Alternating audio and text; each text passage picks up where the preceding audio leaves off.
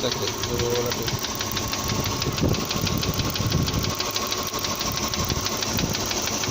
Gdzie jest tam? Ja nie chcę tego rozwiązać. Nic innego w środku nie może tak walić.